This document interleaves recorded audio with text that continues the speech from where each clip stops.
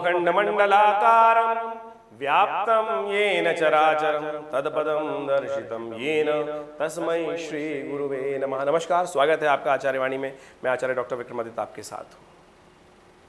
आज हम उपस्थित हैं आपके समक्ष तुला राशि वालों के लिए परिवर्तन का लेकर। मंगल का जो परिवर्तन हो रहा है वो क्या कुछ करने वाला है आपके साथ। देखिए, ग्रहों का परिवर्तन तो हर क्षण होता है और मंगल का परिवर्तन बहुत विशेष है आपके लिए। आपकी राशि के अनुसार से मंगल का परिवर्तन जो हो रहा है, मंगल का भयावह स्वरूप आपने देखा। मंगल कितना दुख दिए हैं आपके लिए, सामर्थ्य को, हिम्मत को सब तोड़ दिए। मंगल जो 10 मई को मंगल का परिवर्तन हुआ था कर्क राशि में, और 30 तारीख तक मंगल जहाँ चला, चाहकर भी साहस हिम्मत आप जुटा नहीं पाए होंगे। इस प्रकार का ऐसा भयावह स्वरूप रहा। जिनकी मंगल की दशा चल रही है वो बात अलग है, लेकिन मंगल का गोचर में ऐसा प्रभाव रहा कि 10 मई से लेकर 30 जून तक का विशेष तो जो समय जो रहा कि किसी भी प्रकार से साहस से लाभ हो ही नहीं पाया। मंगल ने पूरी तरह से तोड़ने का व्यवस्था बनाई। अब मंगल का परिवर्तन हो गया है। मंगल बड़े शुभ स्थान में जा रहे हैं, पंचम भाव 11वें भाव में। तुला राशि वालों के 11वें भाव में मंगल जा रहे हैं। मंगल आपकी राशि के अनुसार से सप्तम के स्वामी हैं। मंगल आपकी राशि के अनुसार से द्वितीय के स्वामी हैं, धन के स्वामी, कुटुंब के स्वामी और साथ साथ व्यापार के स्वामी, जीवन साथी के स्वामी, सप्तम भाव के स्वामी, और इन समस्त भावों का स्वामी होकर 11वें लाभ के स्थान में चले गए हैं। और जब मंगल 11वें भाव में आते हैं तो कहते हैं एक व्यक्ति के अंदर पराक्रम का उदय कर देते हैं और साथ साथ सौंदर्य का विकास कर देते हैं। साथ साथ व्यक्ति को नेचर के साथ जोड़ने का भी प्रयास कर देते हैं। और साथ साथ में व्यक्ति के जीवन में ऐसा होता है कि उसकी इंपॉर्टेंस क्रिएट हो जाती है, बहुत जगह अच्छे से इंपॉर्टेंस क्रिएट हो जाती है और बहुत बढ़िया तरीके से व्यक्ति अपने कार्य को करने के लिए खिलाड़ी बन जाता है। व्यक्ति इंप्रूवमेंट व्यक्ति का स्वभाव हो जाता है। यानी किसी चीज़ में एक्सपीरियंस कम भी हो, पढ़ाई लिखाई कम भी हो, उसमें भी अपने वर्चस्व को स्थापित करने के लिए स्थिति बना देता है। कार्यों में, व्यापार में लाभ की स्थिति उत्पन्न कर देता है और साथ साथ और व्यक्ति को जीवन में कई प्रकार से धन के आगमन की स्थिति बन जाती है। चाहे वो ऋण लेना पड़ जाए, ऋण भी पास होने की स्थिति बन जाती है। यानी मंगल इतना सुंदर शुभ योग बना देता है इस प्रकार से। तो मंगल ने तो बहुत अपना शुभ कार्य करने का प्रयास कर दिया है। मंगल की दृष्टि भी बड़ी कल्याणकारी हो रही है आपके लिए। देखिए, मंगल कहाँ कहाँ दृष्टि डाल रहे हैं। मंगल आपकी दृष्टि से मंगल इस वक्त डाल रहे हैं आपके यहाँ चतुर्दृष्टि से बैठकर आपके धन वाले स्थान को देख रहे हैं। धन का उसका अपना स्वामी है और वहाँ पे आपके धन के आगमन की स्थिति बना सकते हैं मंगल।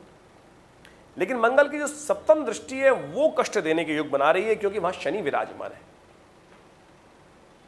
ज्योतिष शास्त्र के अनुसार से सबसे खतरनाक योग बनते हैं जो समसप्तक योग होता है शनि मंगल का।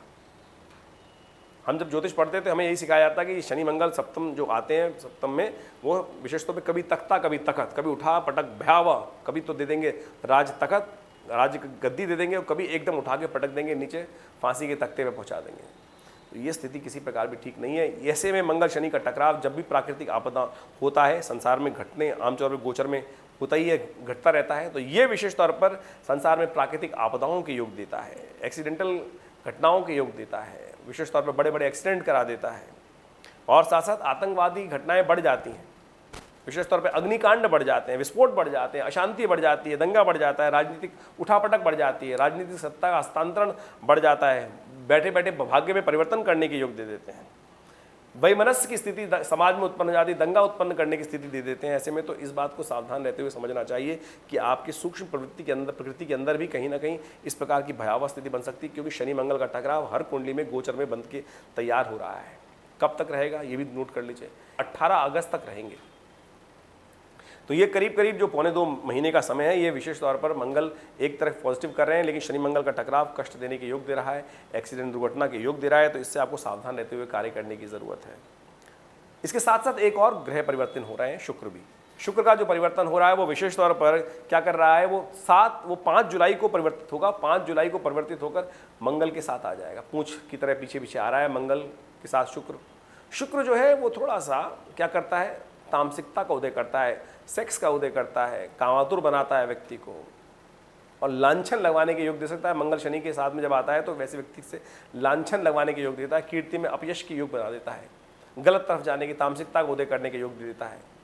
तो ऐसे में सावधान रहते हुए कार्य करने की ज़रूरत है, क्योंकि मंगल के साथ चलते हुए शुक्र वक्री भी हो जाएंगे। 23 पहले ही शनि वक्री हैं और ज़्यादा शक्ति संपन्न है, और साथ में ये योग जो हो रहा है 23 जुलाई को शुक्र भी वक्री हो जाएंगे और 7 अगस्त तक वहाँ रहेंगे। उसके बाद वापस कर्क में चले जाएंगे।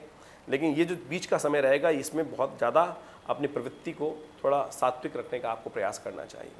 कहीं ना कहीं व्यभिचार करने से, गलत करने से, अलग तरह के अनैतिक कार्य करने से कहीं ना कहीं कीर्ति में, यश में, कहीं कुछ ना कुछ संतान के साथ, पिता के साथ, माता के साथ, जीवन साथी के साथ, आपके फ्रेंड्स में कहीं ना कहीं कष्ट होने की स्थिति बन सकती है। ऐसे में ध्यान रखते हुए कार्य करें। शारीरिक कष्टों को दूर करने के लिए सबसे अच्छा है कि मंगल के मंत्र का जप करें। ओम क्रांग क्रीं क्रौं से भौमाय नमः, इस मंत्र का यथाउचित भाव से जप करें।